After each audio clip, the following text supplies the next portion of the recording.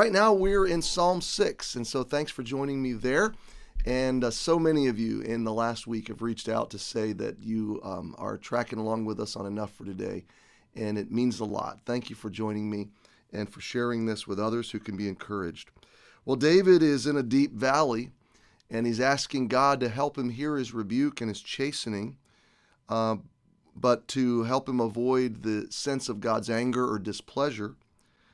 In mercy, and we talked about mercy yesterday, David's confessing his weakness, that he needs healing, that physically this trial is breaking him, and that his soul has been made sick as well.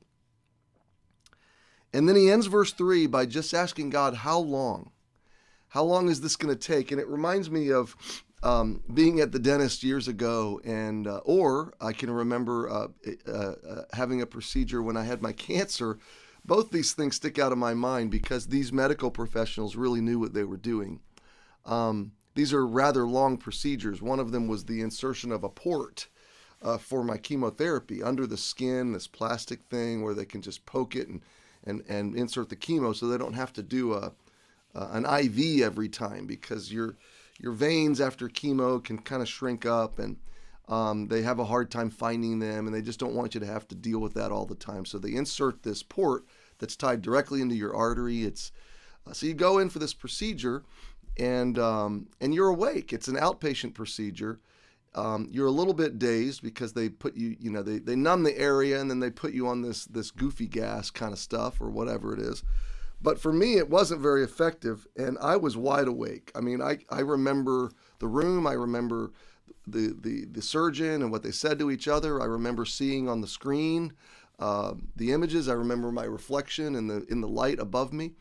But the doctor in that procedure was telling me, okay, we're 5% there.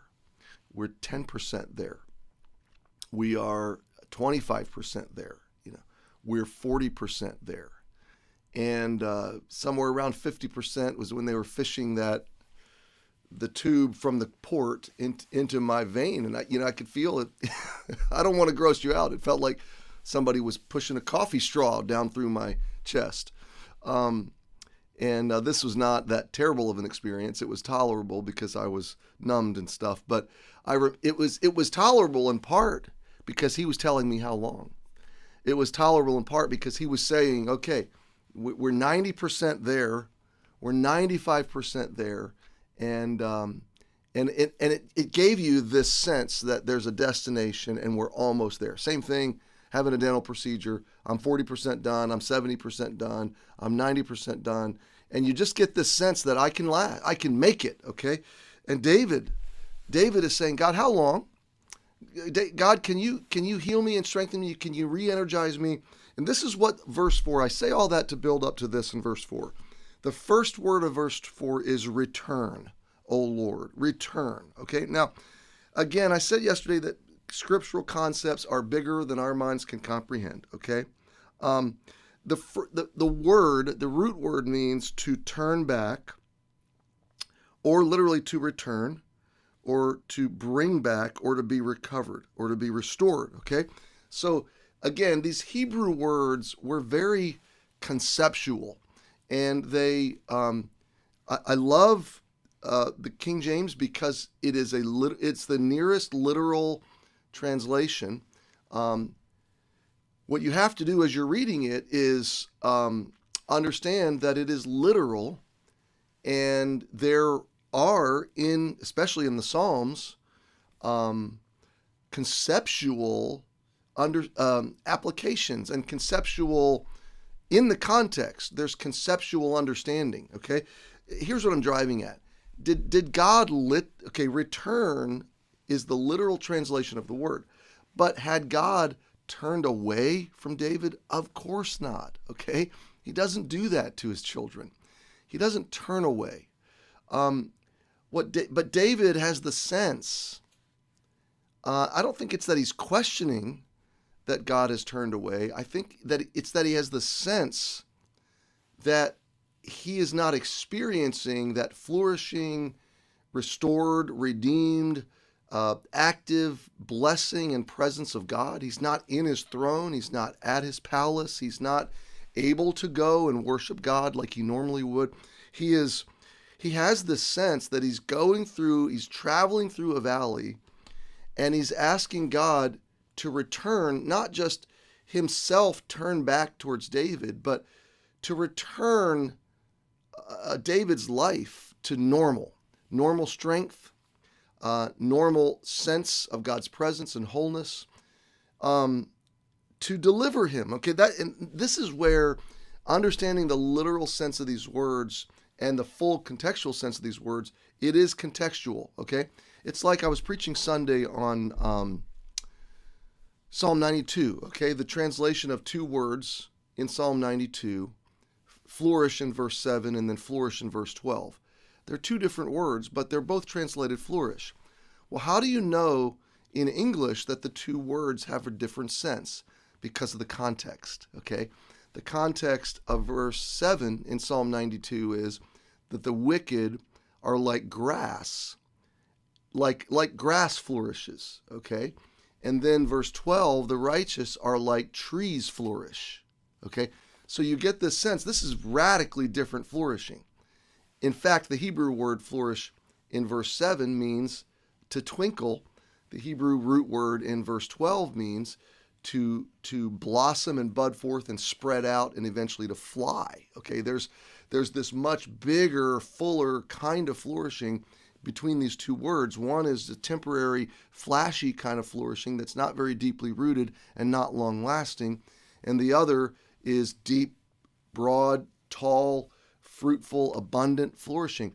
And you can see that in the context, okay? And that's frankly how Hebrew poetry works, okay? And Hebrew words work. A lot of Hebrew words have multiple meanings, and the meaning needs to be discovered in the flow of the sentence, all right? And that's how English is, okay? If I just said wait, you would instantly ask, is he talking about the number on the scale? Is he talking about something that he attaches to his fishing line? Is he talking about patience? Which one? Same sounding word, and I realize when you spell them, they're different words, but same sounding word, but completely different meanings. And once you see them in their context, boom, the meaning becomes clear. So David is asking God to turn back and to return to him. O Lord, he cries out again that phrase, O Lord, deliver my soul. David is saying, God, bring me out of this, deliver me, and you're my only hope of deliverance. Oh, save me, here it is again, for thy mercy's sake. Okay, Lord, deliver me, bring me through this, save me for thy mercy's sake. Now, I'm running out of time, but I want you to see David's requests, okay? Up through verse 4, look at his request, just in line. I think there's a beautiful track here, a beautiful track of prayer. Going through a hard time. God, rebuke, but not in anger. Chasten, but not in displeasure. Okay, Lord, I want to receive your rebuke. Can God correct you? I think it was Tim Keller that said, if your God never corrects you, maybe you've just created a God of your own making. Because surely if he is truly God, there's going to be parts of your life that he needs to correct and discipline. And where another phrase I think I heard the same author say is, if the word of God, if your God always agrees with you, is the basic sense, then you're not serving and following the true God. You've just created a God that always agrees with you. Well, David says, I know, God, I violated, so I know I need rebuke, and I want to be teachable and receptive. I want to receive your chastening. But Lord, let me have a sense of your mercy. And God, have mercy on me, because I am weak and I am struggling and I am failing and I do need you, and I'm begging for your healing. So rebuke me, chasten me, have mercy on me, heal me. How long would you turn back? would you give me the sense again of your close presence and favor, and would you deliver me, and would you save me for thy mercy's sake? He's appealing to God again on the basis of his mercy, but he has this string of requests. God, teach me. God, heal me. And then God, deliver me. Now, I don't know about you, but my first prayer is always, God, deliver me. God, get me out of this. God, get me out of this. But David is brilliant. David knows that there's a purpose here. So he wants to learn. God, rebuke me. God, chasten me. But he wants to survive it. So God, help me. God, heal me. God, have mercy, have pity. And then, sure, he wants to escape it. So God, deliver me. Now, my friend, that's a really good pattern. When you go through a valley, God, I want to listen to you, so teach me. God, give me your strength, heal me. I'm going to break if you don't have mercy on me and pity me. And then God, deliver me. And so maybe that's the prayer you should pray today. Hey, thanks for joining me. Happy Wednesday. I'll see you tomorrow.